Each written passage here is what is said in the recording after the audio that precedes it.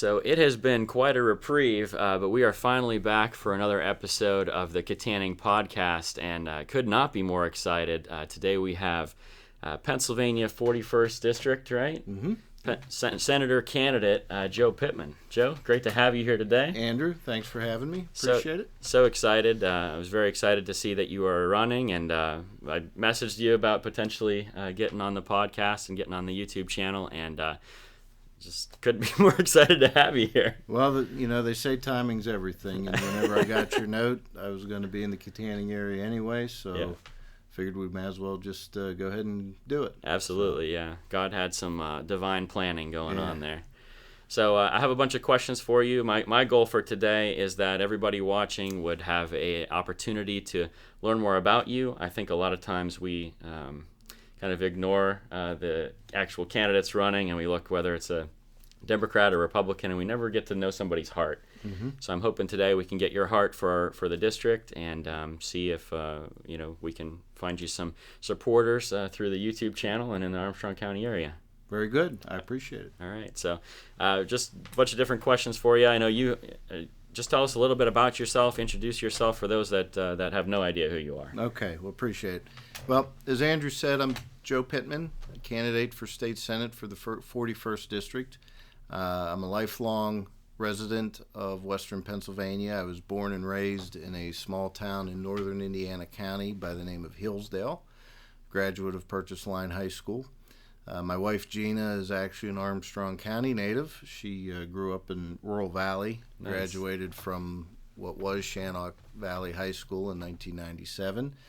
And she and I currently live in Indiana Borough. We have 4 wonderful children, our oldest being Joe Jr., and we have Sam, and then we have twin girls, Rosie and Franny, and they are identical twin girls. Oh, wow. And they know it. They know it. So this community's been part of our family. It's been part of my life. It's where I've grown up. It's where my kids are growing up, and I really want to just try to do my part to improve the communities that make up the 41st District. Absolutely, and I have the same heart. 4 kids as well, and so I'm trying to figure out how can we make Kittanning a better place to be, and what can my part be to play to make Kittanning and Armstrong County a better place to raise a family. So I certainly appreciate your heart with that. That's awesome.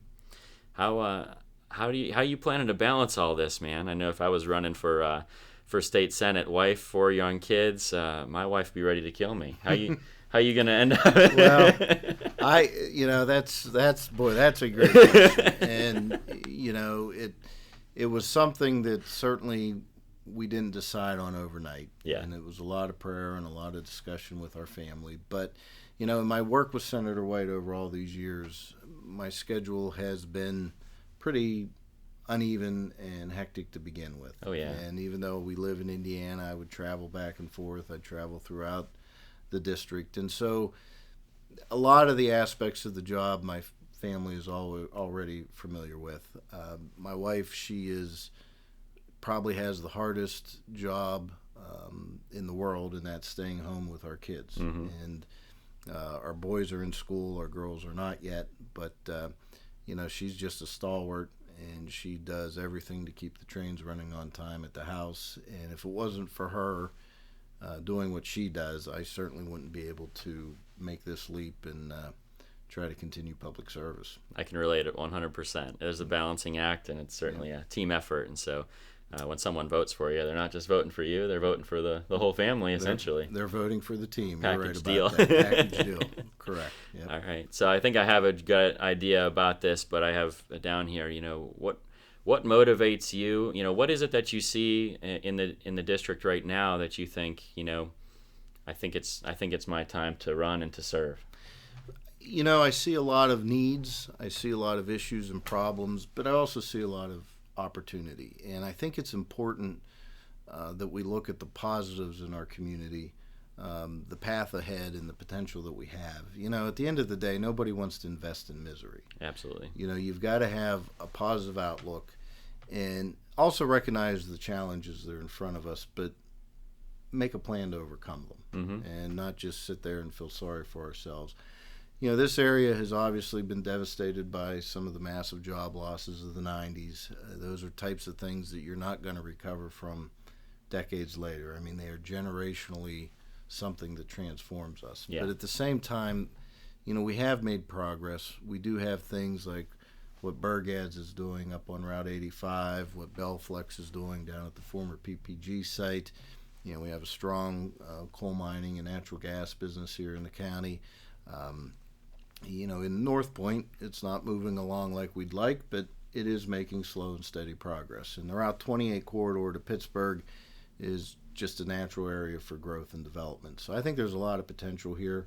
We just got to maximize it and continue to have a positive outlook that there's a way to make positive change in the communities. Absolutely. So tell me a little bit more about the 41st District. Mm-hmm. I know I've been researching a little bit because I knew you were coming, but tell the people what area does that actually encompass? Mm-hmm.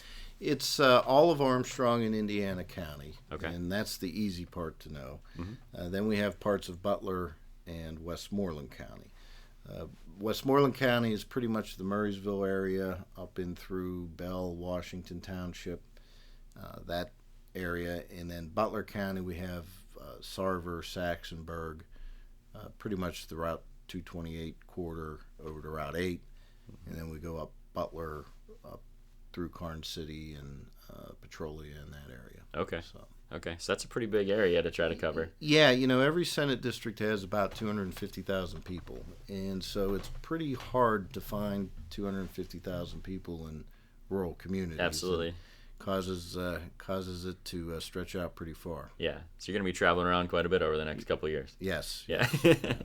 So there's a lot of different cities in that area, certainly different problems, but are there things that you see that are kind of generalized problems over the entire district that you would say, hey, these are the main things that I want to be focusing on over the next several years? Well, I think we have to revitalize our core communities, and we've started to do a lot of that with the downtown Kittanning project. Yeah, absolutely. As one example.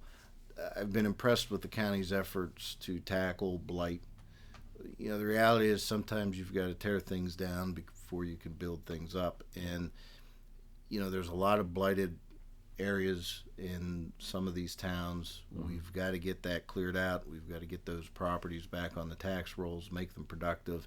And once we do that, that not only increases the value of that property, but the value of the whole neighborhood. Yeah. And so we have to be very aggressive in that regard. We have to make our communities attractive places for people to live. Quality of life means a lot. I've gotten to understand that a lot more with our kids. You need to have presentable communities where people feel safe and comfortable, and that's got to be a top priority. Yeah, I feel like so much of the battle has been, you look at some other communities that are certainly worse off. I think about New Kensington, I think about McKeesport, and it's so easy for a city to kind of be on the brink, and then if they go over the cliff, it's just like, it seems like this unstoppable force where it just goes bad really, really fast. And I think, that's a great, fighting blight is so important for me personally. I think if you can prevent from going over the cliff, you can begin to turn the corner and go the other way. But right. it's definitely a delicate process because it can go bad real quick. It is, and you have to keep moving the ball forward. And and of course, biggest element to that is economic opportunity. What's interesting is it seems, particularly in the late 90s when the coal mines and the steel mills were closing, we had this swell of a labor force that we just couldn't handle. Mm-hmm. Those men and women are now retiring. The labor force is moving out.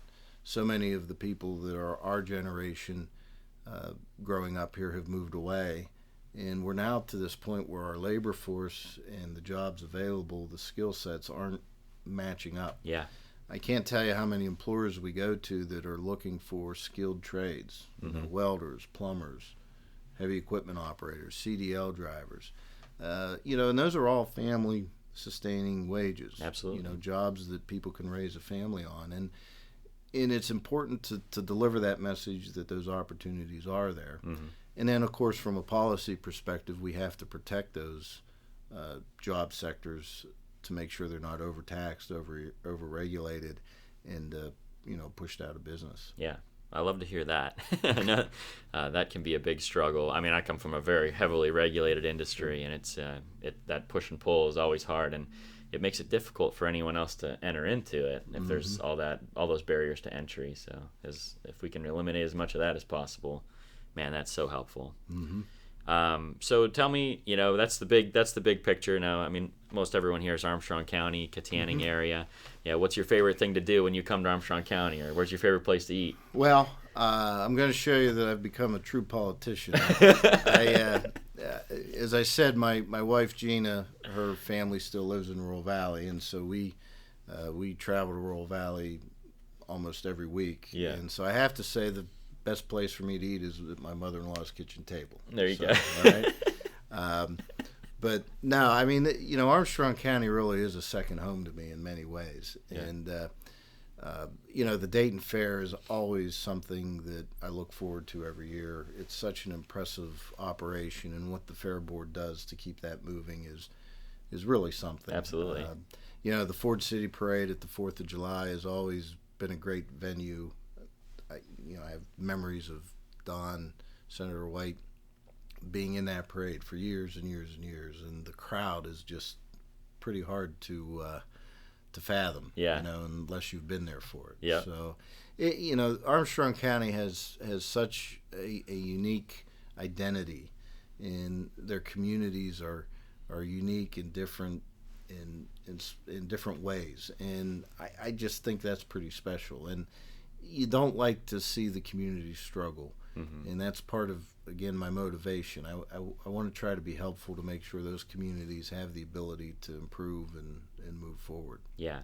A lot of times the bigger cities get all of the press, but when you go to all these little towns, it's amazing how every town has its own identity. Every town is filled with really good, hardworking people, and there's kind of this mentality, I think, from the bigger cities and from even like bigger government, that these areas don't really matter. But it's nice to hear someone that wants to like focus on these communities, and that's going to be representing these communities one way or the other, right? Right. So I've been kind of focusing on the channel. I know you probably haven't watched any of it, but we've had 4 big issues that we've been covering for the city of Kittanning and how we can kind of move those forward. So I want to kind of walk through those one by one with you and get your opinion on each one, and just get your take on how a state senator could help a town like Kittanning work through some of these problems. The first one we already talked a little bit about is, what do you think that we can do in partnership, city, county, state, as far as increasing the availability of good jobs in the county? Or what do you see as your role in that? Well, I think the role is to be a marketer in chief in some respects. Okay. I mentioned earlier about, not investing in misery. We have to present, and we should present, the finer points of our communities. We have to make sure people understand that this is a good place to be. It's a good place to live, work, and raise families. And the proximity to Pittsburgh is a big part of that. Part of the reason why Senator White's been so focused on the downtown Kittanning improvements is because, Kittanning is literally the heart of Armstrong County, both geographically and politically, with the courthouse here. And, it's often said that a strong Pittsburgh means a strong region. Yep. Well, I feel the same way about Kittanning Borough. A strong Kittanning means a strong Armstrong County. And so, we've worked to build that revitalization effort. We're moving it well beyond the downtown because the neighborhoods obviously deserve and need to have that support. And one example of that is the grant that was just secured to try to get some additional streets paved throughout the town. And that's one of the most basic needs that I see, is to try to get these roads in better shape and in some cases passable. So I think that's a big part of it. You've got to be able to present a positive image to the outside world, so to speak. Yeah, I agree with that 100%. So how often, like from a state perspective, you guys, like when you say marketer in chief, like a business is looking for a new place to put their next plant or factory or whatever, Do you guys ever get to be in those conversations? Yeah, we sure do. And, a couple of those examples are sitting at North Point right now. And, it's about encouraging those business entities to take a hard look at Armstrong County and then providing them with the resources to make it attractive to be here. And some of that can be as simple as helping them get through the permitting process, whether Right. through DEP or PennDOT or anybody else. And that's one example with Paul Burgad and what he's done up at Burgad's in '85. He ran into some real issues with DEP, and it was one of those things where he called our office and we went to work and we were able to try to get him the straight answers and get the answers quickly. And you worry that there are other examples of that out there that you don't even know about. What have they done and stifled a business opportunity that's a lost opportunity, and maybe we weren't even aware of it. Yeah. So that kind of interaction, I think, is a very important piece of this. And then the other thing is, we have to look at Pennsylvania as a whole. Our tax structure is not a competitive structure. Our regulatory and our legal structure, our tort reform structure are not competitive when you look at the rest of the nation. Yeah. And so the Harrisburg end of this has to include some real regulatory reform, some real tax reform to make this a much more attractive state than it is currently. Yep, totally agree with you on that one too. I look at all the natural resources that we have as far as, not only coal and gas, but even just in beauty and tourism and all those things. And it's like always putting up barriers to get people not to spend money, it seems. And so I love to hear that as well. Mm-hmm. Anytime we can cut taxes, I know as a small business owner, it's just like tax after tax after tax. And it ultimately prevents you from hiring people, prevents you from investing in the community. And so anytime I hear that out of a politician, I'm very, very excited. So. Well, good to hear it. So second big problem in our community, as you probably know, Armstrong County a few years ago was number 2 in the state, only to Philadelphia County for opioid overdoses. And I know that there's been a lot of, it looks like the trend is going in the right direction. But that being said, I know we're still a long way from being out of the woods. What do you see as your role as senator to help kind of solve that issue and help the city of Kittanning and Armstrong County with the opioid problem? Well, that's a multi-pronged issue, as you well know. Oh yeah. And the first and foremost is prevention and education. And I've seen it with my boys. Our oldest is in 4th grade, and our other son is in 2nd grade, and they're already. And it causes for hard conversations at home, but they're important conversations. Absolutely. That we as parents have to be prepared to address. And, they're starting to instill in them the issues of drug abuse. And so that's a big piece of it. Obviously, another piece of it is the rehabilitation, making sure people have access to treatment. I think the days of just locking people in a prison cell and throwing away the key and just letting them out on the street are over. Yeah. We've got to work on rehabilitation throughout that system. We've done a lot already legislatively. We established a prescription drug monitoring database, which allows us to track the filling of prescription drugs to make sure people aren't hopping from pharmacy to pharmacy. Oh wow. That's a very important tool for law enforcement. I had no idea that even existed. Yeah, that's fairly new in terms of wonderful. its implementation. We've taken steps to better educate our doctors and our emergency room physicians in particular. We're trying to limit the amount of prescriptions that can be taken outside of the emergency room, the number of days. So there are things like that, but I go back to the prevention and education, and that starts at home and it starts at a young age. And if we don't, we got to stop it before it starts. Absolutely. Yeah. Yep. Okay. Well, very good. We already touched on this one. Blight obviously is an issue not only in Kittanning, but you look at Ford City and all the communities around here. Really, is a huge issue. What can you do from a state level to help solve that? Well, we've given local governments, the ability to set up what are called land banks, Yep. the ability to more quickly go through the process of if a property has a lien on it with a bank to try to get that lien relieved. Yeah. We've done some projects in Leechburg Borough already, in addition to Kittanning, through the new Blight project that Armstrong County has started. So giving them those tools, but it takes the partnership of the local governments as well. Okay. Local governments have the charge of enforcing ordinances Mm-hmm. and building codes and those kinds of things, and that needs to be done, obviously not in an overly aggressive manner, but in the right manner. Yeah. To make sure that property owners are maintaining their properties in a respectful and safe way. But we've worked to give them the resources. Obviously, we have much more to do, and it's one of the priorities I'd like to have, is to work to continue to provide those resources to tackle blight and do it in a smart way. Yeah.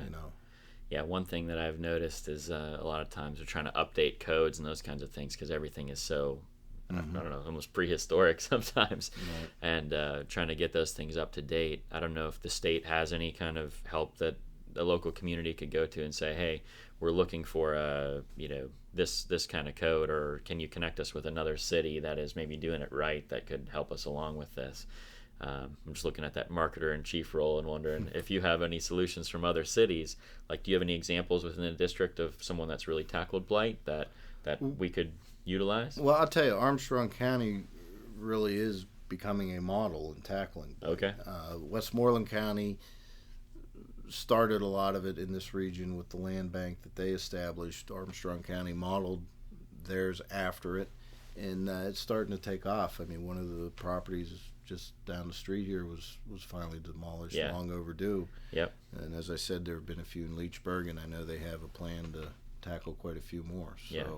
Those fans of the channel, that's the video I did on the house that was torn down right behind next year. Mm-hmm. And that one's been on my radar for a long time. Mm-hmm. I made probably 3-4 videos with that house in it, so I celebrated the day it came down, my friend. Yeah, that was long overdue, but that's a perfect example of putting a plan into action and getting something done. So I had no idea. So the state actually had to set up that ability for counties and cities to be able to do that kind of stuff. Right. That's wonderful. Right. Good stuff. And then the last one I have here, problems that I'm focusing on and that we're focusing on as a channel, would be many of our cities are struggling to manage the problems that they face. A lot of the local communities, there are inefficiencies in local government. There are some, a lot of them are part-time. Like all of our borough council members are all part-time, and so they're all very busy. They're all trying to do different things. How can we make them more efficient? How can we work with the state to get more things like the Downtown Kittanning Revitalization Project, that state money? How can we get that to our communities in a more efficient way? And what do you plan to do to help to make that happen? Well, it really does start from the grassroots up, and it takes a plan. Despite some of the perception that government dollars are just handed out randomly, that's not the case. And the reality is that you have to have a plan, you have to have a program in place, and that takes local initiative. And I have a lot of empathy for anybody who has chosen to serve in local government. Totally because agree. it is getting more and more complicated as the years go by. Mm-hmm. And they're, as you said, volunteers in large measure. And so it's going to take, it's got to take partnerships. Yeah. Whether that's through partnering with their police forces or partnering with municipalities on other services.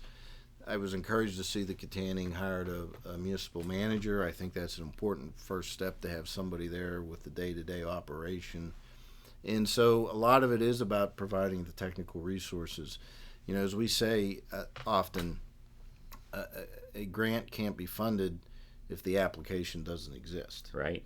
Yeah. And so the application has to exist, and that takes, whether it's the county or the municipality, to move that initiative. Mm-hmm. So that's a big part of it, providing municipalities with the technical assistance to know where to go and what to do, and then take the initiative to apply for those resources and try to get them here to improve the communities. Yeah, and I know a lot of these answers because I've been following you for a while and the work that you've done with Senator White's office, and I know that it's been. I'm appreciative of every time the city and county submits a grant. It really does seem like you guys were always there to try to shepherd it through the process and look over it and say, hey, change these two things, and if you adjust that so we can have a better chance of this getting through. Mm-hmm. And so all the different monies that have come in, I just want to thank you for what I know has been a lot of your work on that. Well, look, the dollars aren't infinite, and they are taxpayer dollars that you and I and everybody else in our communities pay into. And my Senator White's philosophy has always been that if the program exists and we're paying taxes just like everybody else, right, we deserve to have the opportunity to improve our communities and to do it the right way and to do it a smart way. Yeah. And look, not every application gets funded. Well, of course. And sometimes it takes a few times, but if you're committed to the initiative and you want to see it happen, there's usually a way for it to eventually come to fruition. Yeah. I've also got to say I'm pretty impressed. You have Butler in Indiana. You'd think you'd focus there a lot, but you seem to be really into Kittanning local politics. You know what's going on. Well, look, I mean, my boss always said he was born in Armstrong County, and Armstrong County elected him, and so he's always driven home the message that we have to pay attention to the needs of Armstrong County, and we have worked hard to do that. I know we've worked on some pretty cool initiatives in Freeport as well, and just throughout the district. And as I said, my wife came from Armstrong County, so I think that even trumps being born in Armstrong County. So you owe Armstrong County an eternal debt. Absolutely, absolutely. So Armstrong County will always be my second home, and I mean that literally and figuratively. Absolutely. Okay, so just one more. This isn't part of my R4, but that's the 4 we're focusing on in Kittanning, or I'm focusing on at least. And so the next one we've touched on a little bit. What's your view on taxes in the state? And if you go in a little more into that. And then something that's come up a lot of times in the newspaper, I was just very curious on your views personally. Property tax elimination. Yeah. I know that keeps coming up over and over again each cycle, it seems. Mm-hmm. What are your views on taxes in general, and then specifically property tax? Well, our corporate tax structure from a state perspective is entirely out of whack, and that needs to be addressed. I'm not going to get into the nuances of what's called the Delaware loophole, but it has really wreaked havoc on the employer tax structure within the state. Taxes generally are much more onerous than candidly what they should be. Yeah. And we've got to figure out a way. The only way we can address the tax burden is obviously to rein in the spending burden. Oh, yeah. And so that's obviously got to be a big part of it. Specific to property taxes, I'm all for and fundamentally believe that the school property tax needs to be eliminated. It's archaic. It's fundamentally unfair. I genuinely believe that your home is your castle. Yeah. And when you buy your home and you pay off your mortgage, there shouldn't continue to be a rental payment to the government for it. Totally. And so the challenge we have is that the school property tax statewide for all property is $15 billion. Mm-hmm. Okay? When you start talking about eliminating a $15 billion tax and recreating that somehow, the tax numbers get pretty difficult. Yeah. So I think that Senate Bill 76 has a lot going for it. As far as I'm concerned, whatever we can do to get from point A to point Z, which is property tax elimination, I'm all for. Yeah. One of the things that the voters did a couple years ago was pass the ability for us to look at primary residence specifically. Mm-hmm. So in other words, prior to this, we had to either eliminate the property tax on everything or we couldn't eliminate it on anything. We had to treat it all uniformly. Oh, wow. Now we have the ability to look specifically at a primary resident. And what that means is that $15 billion number that I talked about is then a $7 billion number. And going back to my belief that your home is your castle, Mm-hmm. if we could at least get to the point of eliminating it on the primary residency, Yeah. I think that is definitely something we need to look at. But I just don't understand the correlation between property and school funding. It just doesn't make sense to me, and I just find it to be fundamentally archaic. It's arbitrary. The way properties are valued is arbitrary. Yeah. And I think we'd be a lot better off without it. I appreciate your thoughts on it, because it's so true that once it's implemented, it's very difficult to kind of tear things down.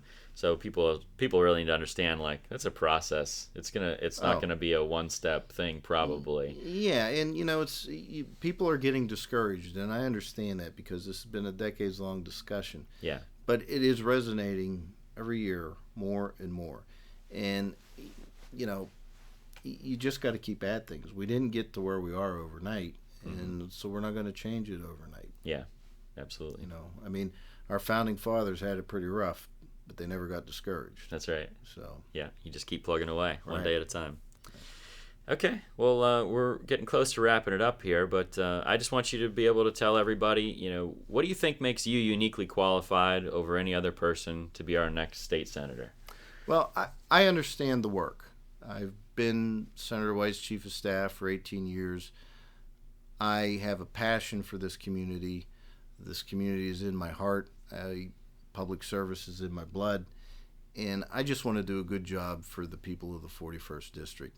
With Senator White's retirement, it's going to take somebody that understands day one what the work is about. And I believe I'm the best person to have that skill set and that set of experience.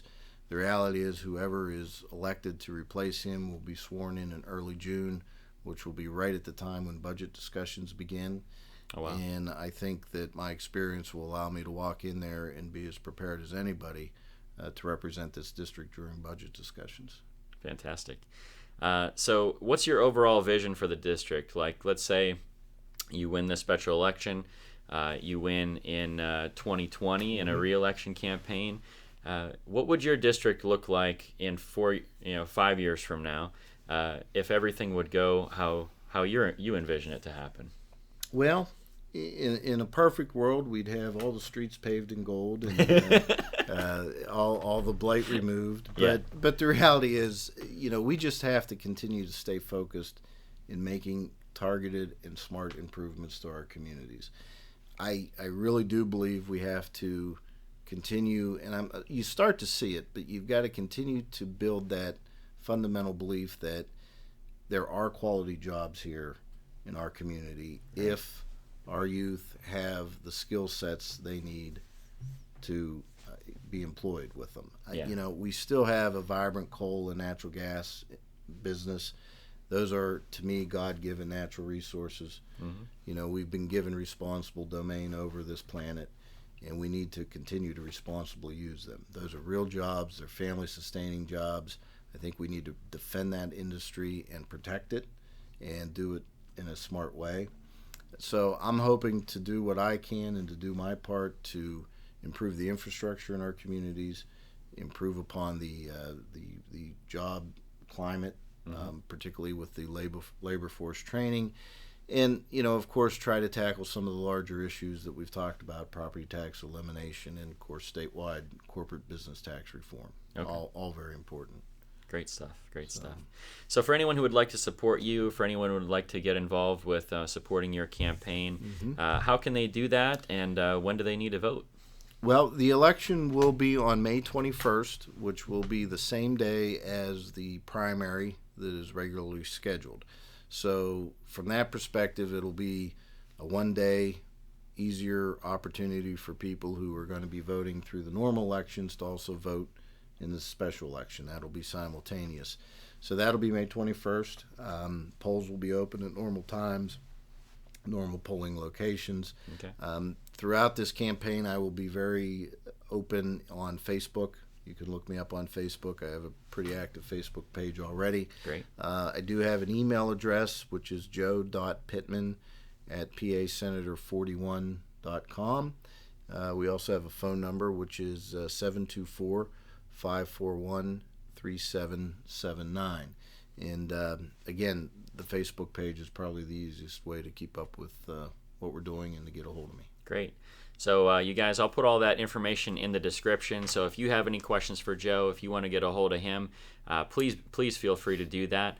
I'm just so excited and honored to have you here.